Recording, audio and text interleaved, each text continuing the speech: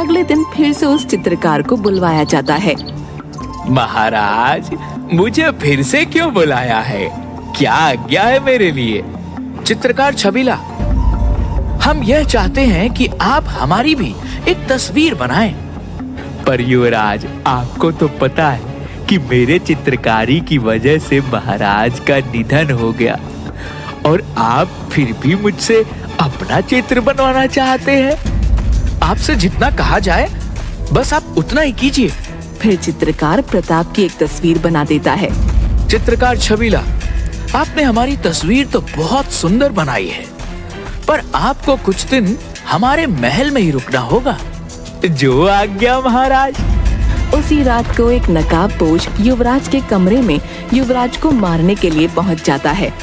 तभी वहां पर मंत्री आ जाता है और वो नकाबपोश भाग जाता है। युवराज, मैंने अभी अभी यहाँ पर किसी को देखा, पर यहाँ तो मेरे अलावा और कोई नहीं था। जरूर आपको वहम हुआ होगा। नहीं युवराज, महाराज की मौत के बाद हमें और भी सतर्क रहना होगा। हम किसी भी बात को हल्के में नहीं ले सकते। ठीक है महामंत्री जी, पर आप अभी अपने कक्ष में जाकर आराम कीजिए। रानी भी अच्छे चित्र बनवाने के लालच में उस चित्रकार के पास पहुंच जाती है। चित्रकार छबीला, हम तुम्हें आदेश देते हैं कि तुम हमारी एक ऐसी तस्वीर बनाओ जिसमें हम बिना सजे संवरे भी बहुत सुंदर दिखें। आसपास के राज्यों की सभी रानियां उस चित्र को देखकर हमसे जलें। चित्रकार रानी की भी तस्वीर बना देता है और अपने कमरे में सोने के लिए चला जाता है। सिपाहियों, महामंत्री जी को जल्दी से बुलाया जाए।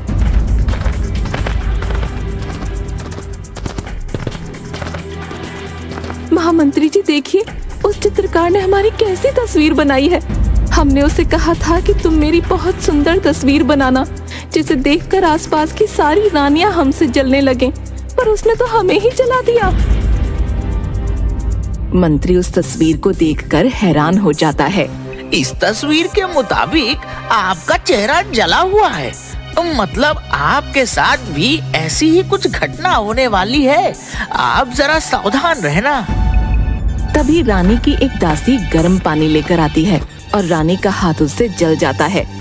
रानी इस वाक्य से घबरा जाती है। मुझे बचाइए, मैं अपने सुंदर चेहरे को इतना बुरा नहीं देख सकती। मुझे बचाएं महामंत्री, मुझे बचाइए। अगली सुबह प्रताप तलवारबाजी का अभ्यास कर रहा था। तभी तलवार लगने से उसका हाथ कट जाता है। दूसरी तरफ जब रानी रसोई का मुआयना करने गई तो उसकी आंखों में मिर्ची चली जाती है। दोनों मंत्री के पास जाते हैं और मंत्री को सारी बात बताते हैं। मंत्री सारी बातें सुनकर बहुत हैरान हो जाता है। मतलब उस चित्रकार के चित्र बनाने के बाद सच में कोई न कोई दुर्घटना होती है, पर ऐसा कैसे हो सकता है? महारानी जी और युवराज, आप दोनों अपना ध्यान रखिए और थोड़ी ज्यादा सतर्कता बरतिए। ठीक है मंत्री जी। आज 4 दिन हो गए हैं मेरी तस्वीर बने, मतलब आज मेरे साथ कुछ ना कुछ घटना होने वाली है। मुझे सावधान रहना होगा। रात को एक नकाबपोश फिर से युवराज पर हमला करने आता है। वो युवराज के सीने में छुरा घोंप देता है। तब पीछे से युवराज उसे पकड़ लेता है। सिपाहियों, सिपाहियों, जल्दी इस नकाबपोश को पकड़ो। सभी वहाँ पर पहुँच जाते हैं। क्या हुआ युवराज? यह नकाबपोश हमारी जान लेने के लिए हमारे कमरे में घुस आया था। तुम मेरे बेटे को मारना चाहते थे? ये ले। तुम?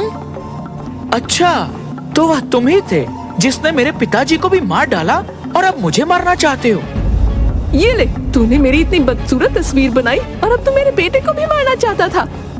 मुझे माफ कर दीजिए रानी साहिबा, युवराज मुझे छोड़ दीजिए। इन सब में मेरी कोई गलती नहीं है। तुम्हारी गलती नहीं है।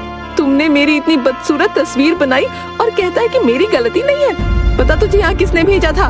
मुझे माफ कर दीजिए, इसमें मेरी कोई गलती नहीं है। मुझे ये सब करने के लिए आपके ही महामंत्री ने कहा था और ये सारा षड्यंत्र भी उन्हीं का था। क्या? महामंत्री जी का? तभी मंत्री उसकी तलवार निकालकर प्रताप को मारने के लिए आगे बढ़ता है, पर एक सिपाही मंत्री का हाथ पकड़ लेता है। तुम्हें क्या लगता है तुम हमारे राज्य को हड़प लोगे और हम कुछ नहीं कर पाएंगे। और फिर वो सिपाही अपनी दाढ़ी मूंछ निकालकर राजा के भेष में आ जाता है। सिपाहियों, पकड़ लो इन्हें। सब लोग हैरान हो जाते हैं। महाराज, आप जिंदा हैं? हाँ, मैं जिंदा हूँ। मुझे इस चित्रकार पर तो पहले से ही शक था, पर महामंत्री, मैंने तुमसे ये उम्मीद नहीं की थी।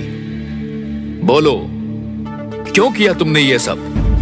मुझे तो पहले से ही बदला लेना था।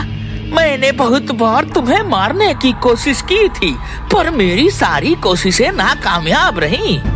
पर तुम मुझे क्यों मारना चाहते थे?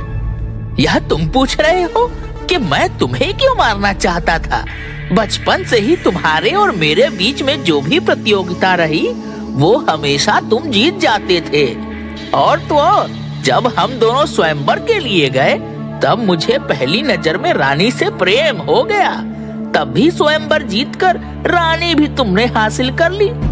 उस दिन से ही मैंने यह फैसला ले लिया था कि मैं तुम्हें मारकर तुम्हारा राज्य छीन लूंगा, पर तुम हर बार बच जाते। इसीलिए मैंने युवराज को भी युद्ध नीति से दूर रखा, ताकि तुम्हारे बाद यह मूर्ख युवराज कुछ ना कर सके। सिपाहियों, ले जाओ मंत्री को और इस चित्रकार को भी। महाराज जी, आपने कितना बढ़िया षड्यंत्र रचा। आप जिंदा हैं। मैं अपने सारे गहने पहन सकती हूँ। हाँ, मैं जिंदा हूँ। बस मैं मरने का नाटक कर रहा था।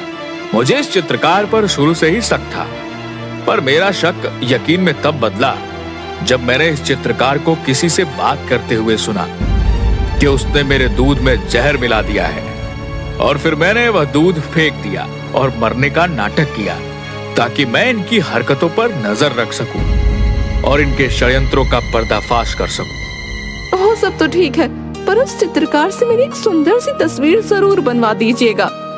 ये सुनकर सब लोग जोर जोर से हंसने लगते हैं।